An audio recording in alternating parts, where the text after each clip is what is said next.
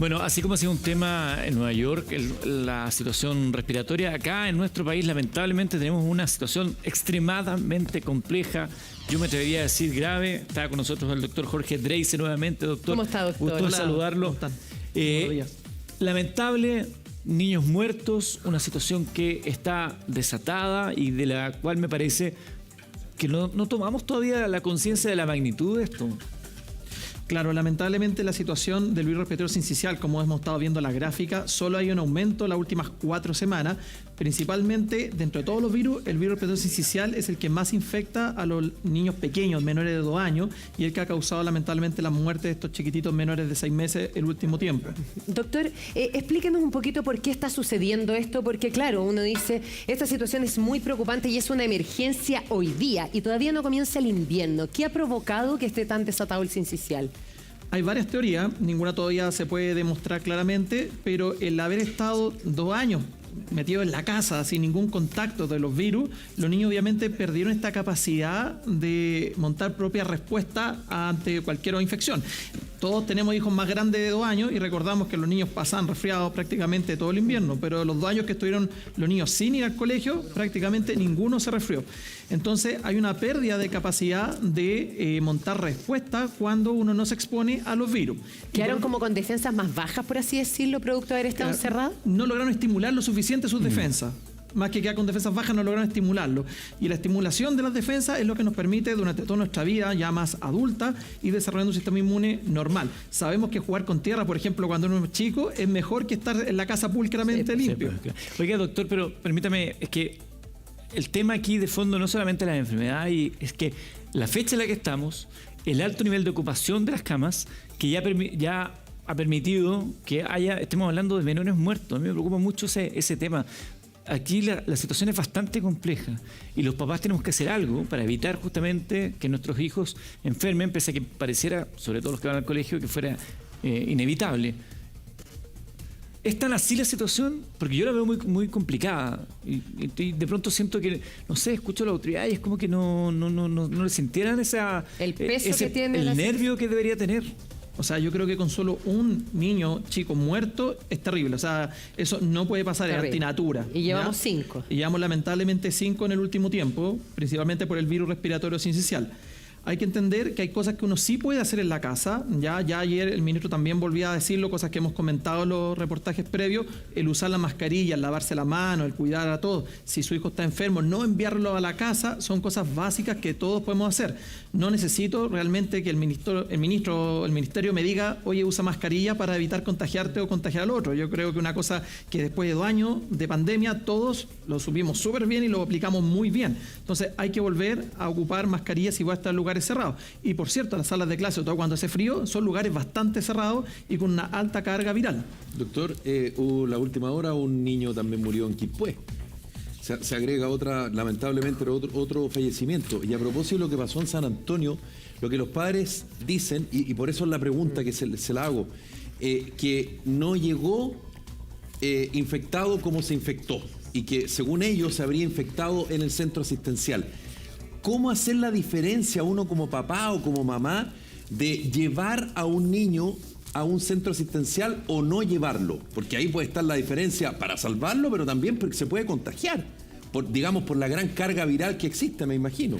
Exactamente, tal como hemos conversado previamente, si mi hijo no tiene algún signo de gravedad, por ejemplo, no está con el aleteo nasal o el labio azul, hundiendo las costillas, no lo lleve al servicio de urgencia, porque probablemente va a ir con un solo virus y va a volver con 2 o 3 a la casa, ¿ya? Entonces, solamente ir al servicio de urgencia cuando está grave. No conozco el detalle porque obviamente los datos médicos son clasificados de cada paciente, pero cualquier niñito que haya llegado menos de 48 horas es poco probable que haya desarrollado un nuevo virus, ¿ya? El periodo de incubación son más o menos 2 o 3 días de todos los virus. Y lo que sí pasa es que los virus van aumentando en la gravedad, sobre todo entre el día más o menos 3 a 5 uno llega al pic de los síntomas virales, ¿ya? Entonces sí, mi hijo puede haber llegado un poco mejor hace un día atrás y hoy día estar peor, pero es por el mismo virus habitualmente. Y lamentablemente todos estos pequeños que han fallecido y que han requerido cama crítica estaban graves, o sea, no podemos echar la culpa que se murió porque está grave, porque si requiere una cama crítica es porque está grave. Sí, sí, pero uno puede preguntarse también, ¿esto se podría haber evitado ese desenlace? Porque también no tuvo la cama crítica que necesitaba. Lo iban a trasladar al norte y al final tampoco alcanzaron. Entonces, si lo hubiera tenido tiempo, ¿podría haber sido distinto el escenario? Muy probablemente habría sido distinto. Esto lo vimos en la pandemia con los adultos también. Cada persona que requirió un ventilador mecánico, y que por suerte aquí en Chile no nos faltaron nunca, estuvimos muy cerca, estuvimos con 2 o 3 camas en algún momento, pero nunca en Chile nos faltó un ventilador en el adulto. Cada una de esas personas que requirió un ventilador mecánico debería haber estado lamentablemente fallecida si es que no se lo hubiéramos puesto. Algunos sí fallecieron en ventilación mecánica también, pero es crítico que cuando alguien requiere un ventilador mecánico esté disponible para ello. Ya, pero entonces ahí, doctor, uno se pregunta, bueno, tuvimos la experiencia de la pandemia, teníamos como ese know-how, no faltó ninguna cama crítica, estamos hablando en 3 años, en situaciones muy complejas, ¿por qué hoy día sí? ¿Por qué hoy día los niños no están teniendo esta atención temprana que necesitan? Claro, es un tema de planificación, muy probablemente, entonces tenemos que aumentar los cupos. Vimos ayer, justo cuando estábamos en el reportaje, el ministro avisando que ahora se liberaron más fondos especiales, creo que cerca de 38.000 millones de pesos, para montar más áreas, más cunas. Hay que recordar que las camas críticas pediátricas siempre han sido mucho menores que las de adultos, ya, y por lo mismo también la cantidad de personal entrenado para atenderla son menor. Nosotros, como la Sociedad Chilena de Medicina Intensiva, se han desarrollado cápsulas para que los adultos aprendamos a hacer algunas cosas y podamos apoyar a los pediátricos, y prácticamente en todo Chile los adultos estamos ayudando, principalmente con los más grandes, no con los más chiquitos de 2 años, porque eso requiere un manejo muy específico, para sacarle un poquito de carga a ellos, que ellos se puedan dedicar a estos pacientes más críticos respiratorios. Pero usted ayer nos contaba algo y a mí me quedó dando vuelta.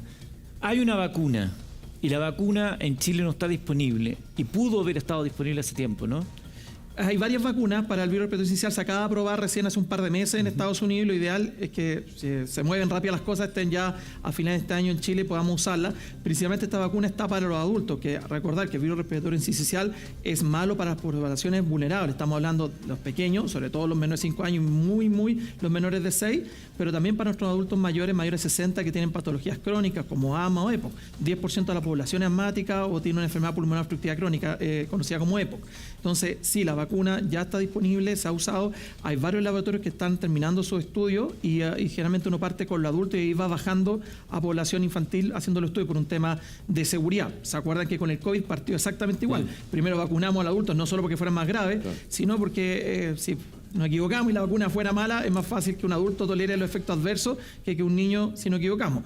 De hecho, la primera vacuna que se dio para el VRS tiene más de 40 años y lamentablemente enfermó más grave a los niños que lo que lo ayudó. Y esta vacuna de sincicial que existe, ¿ya se está poniendo en otros países y funcionando bien entonces? En adultos sí se está poniendo, y hay otros 3 laboratorios que están sacando las fases finales de sus vacunas VRS, pero nuevamente van a partir siempre por adultos, en población vulnerable, y de ahí se va extendiendo el estudio a poblaciones con más riesgos si es que la vacuna no fuera tan segura.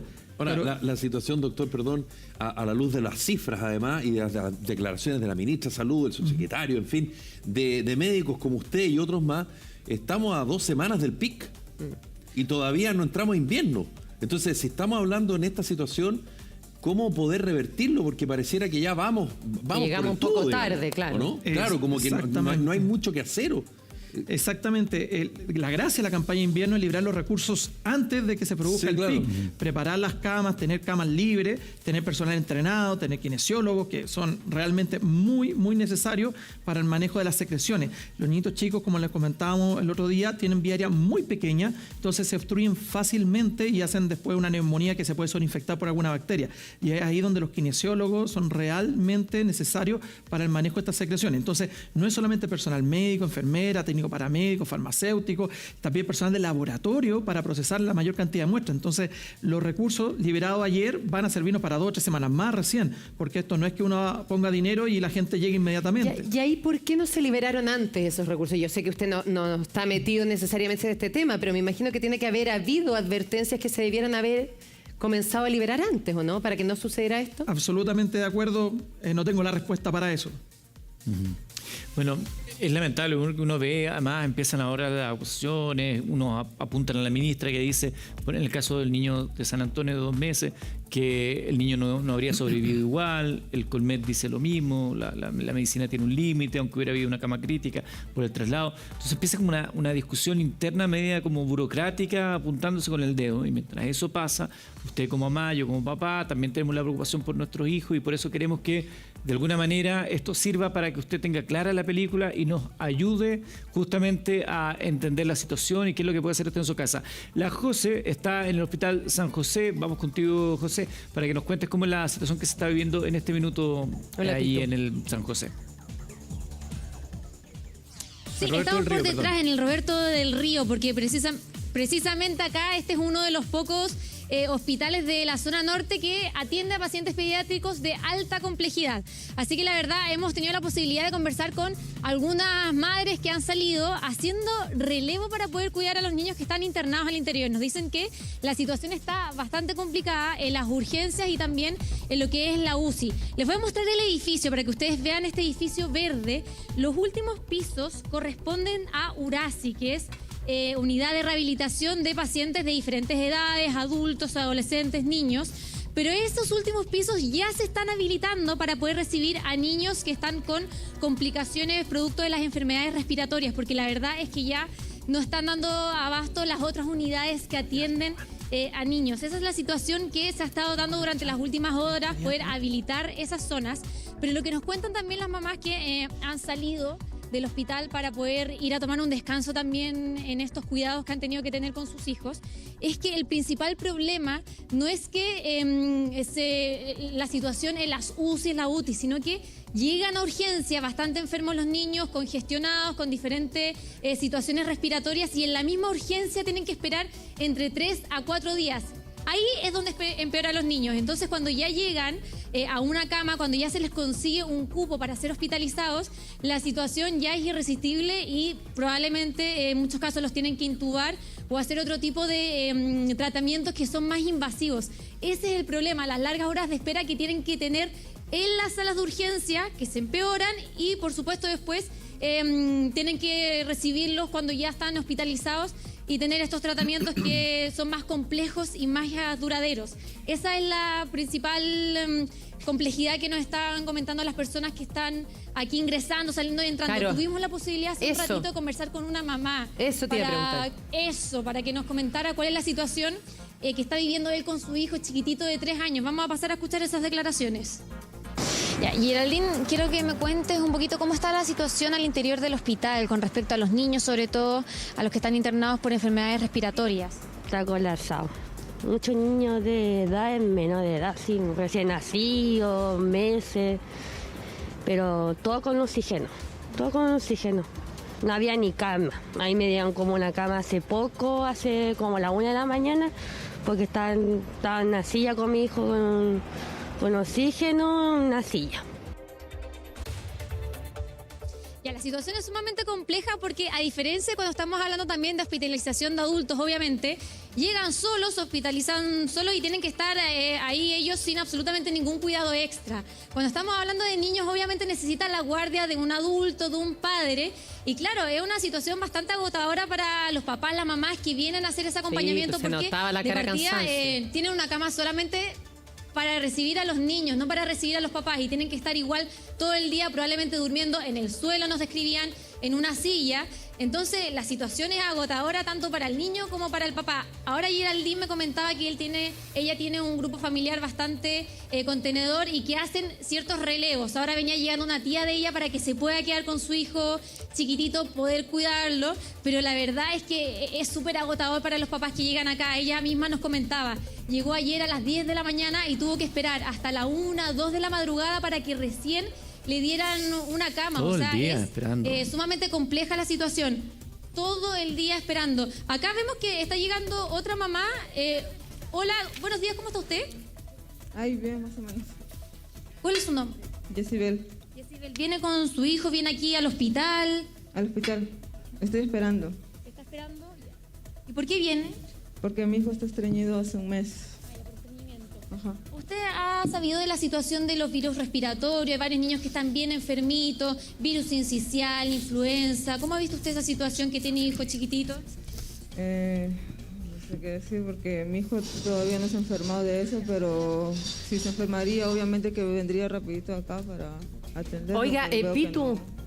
Pitu, aprovechando que estás en vivo, Sí, cuéntame, Mari. porque quizá aprovechemos al doctor aquí, porque quizá no es la mejor idea que entre ahí, ya que no tiene sincicial. Entonces quizá el Claro. doctor le pueda dar una recomendación de lo que compre para no exponer al hijo a que se contagie. Doctor, yo no sé qué piensa usted.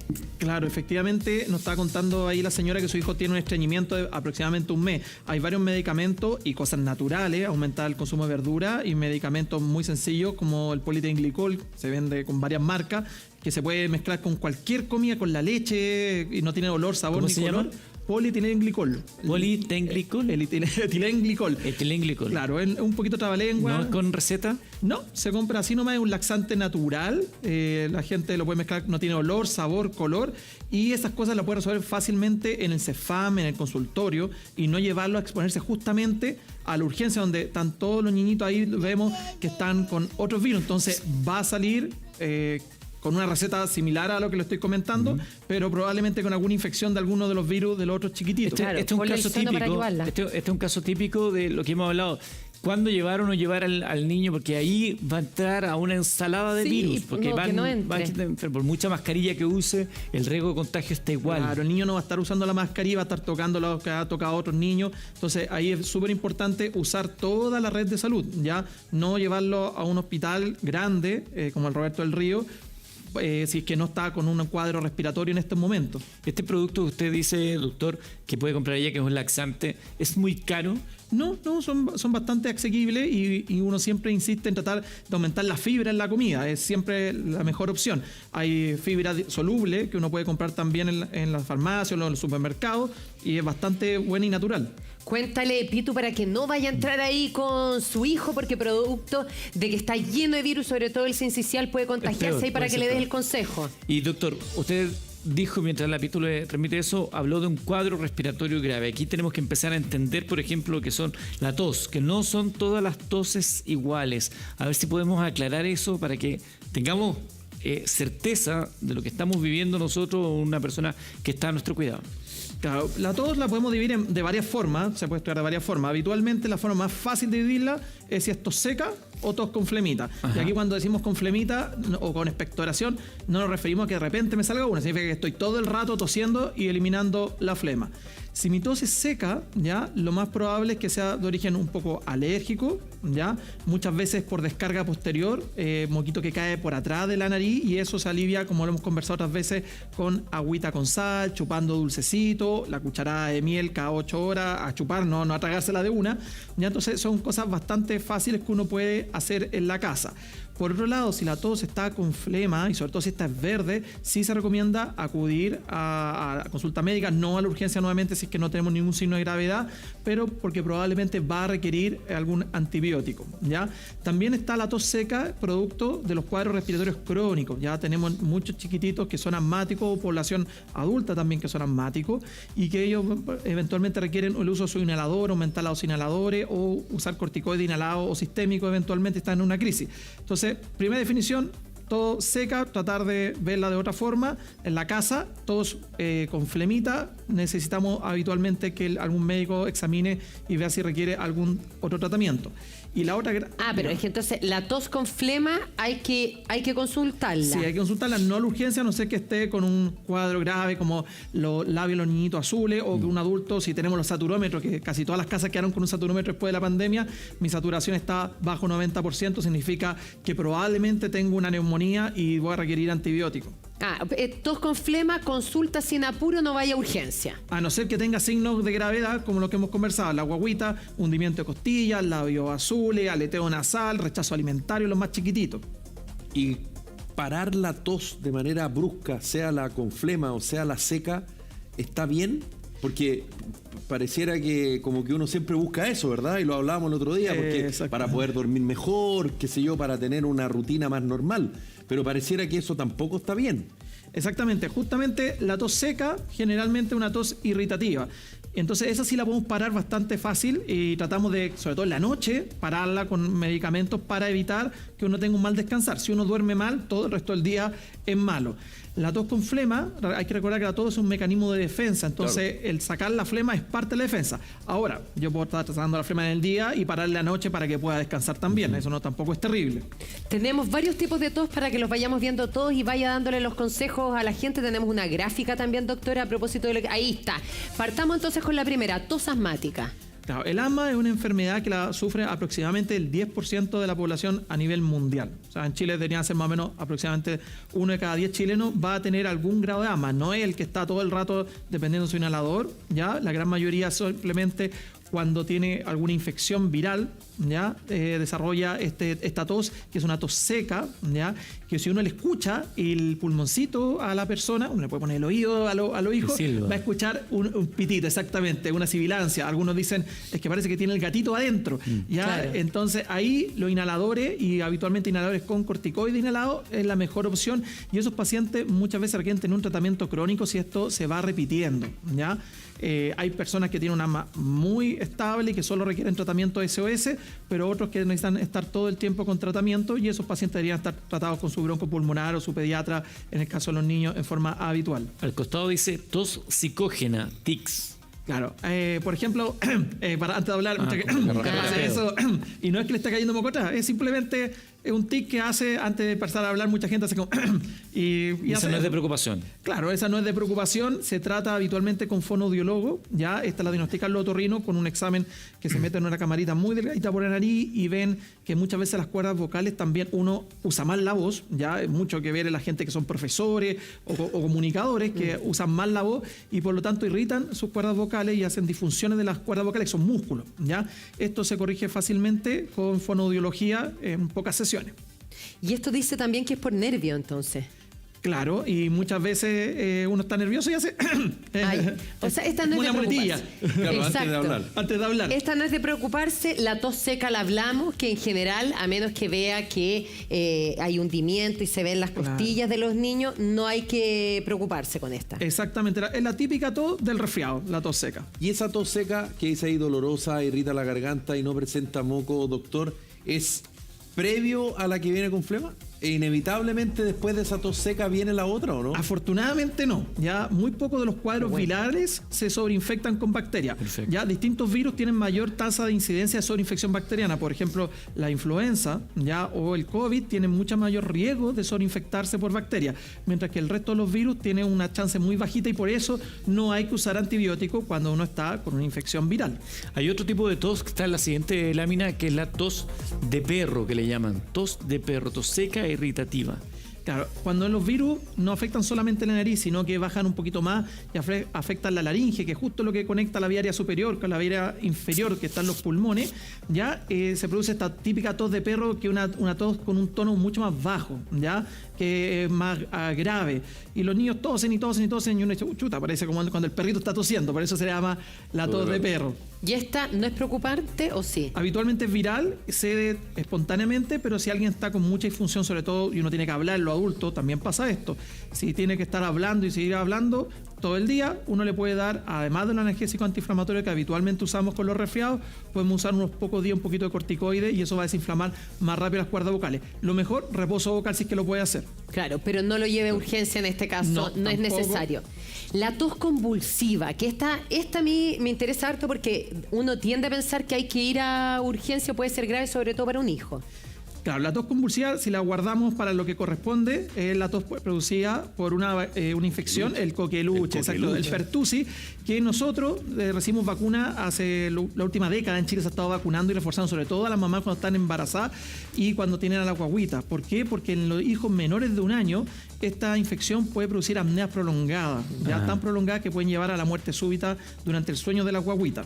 Ya en adultos es terrible también. Hay adultos yo la tuve terrible. Pueden estar tosiendo 1 año los adultos incluso, o sea, meses, es terrible. Meses. Exactamente. Y como que uno se ahoga. Exactamente, la típica tos que tose y al final de la tos hace como hace un gallito. ¿Ya? Esa es la típica tos convulsiva por el pertussis. Y esa sí requiere un tratamiento antibiótico inicial y después manejo de la tos con otras medidas porque lamentablemente persiste la tos a pesar de que hemos eliminado a la gente que lo produce. Y esto hay que considerar una cantidad de tiempo porque a veces cuando uno tiene todo, puedes pasar la noche así, pero eso no implica que sea necesariamente tos convulsiva. No es necesariamente tos convulsiva. La tos convulsiva realmente es terrible. Uno tose en episodios muy seguidos. Ya hay gente que llega a hacer un síncope, o sea, que se llega a desmayar por la tos y generalmente tiene este típico gallito al final que es como el, que Claro. uno inhala. Ese es bien característico. Y el último tipo dice ahí, tos productiva. Esa es la que tenemos que tratar habitualmente con antibióticos, sobre todo si la flema, ya sea de la nariz o de los pulmones, está saliendo constantemente verde, purulenta.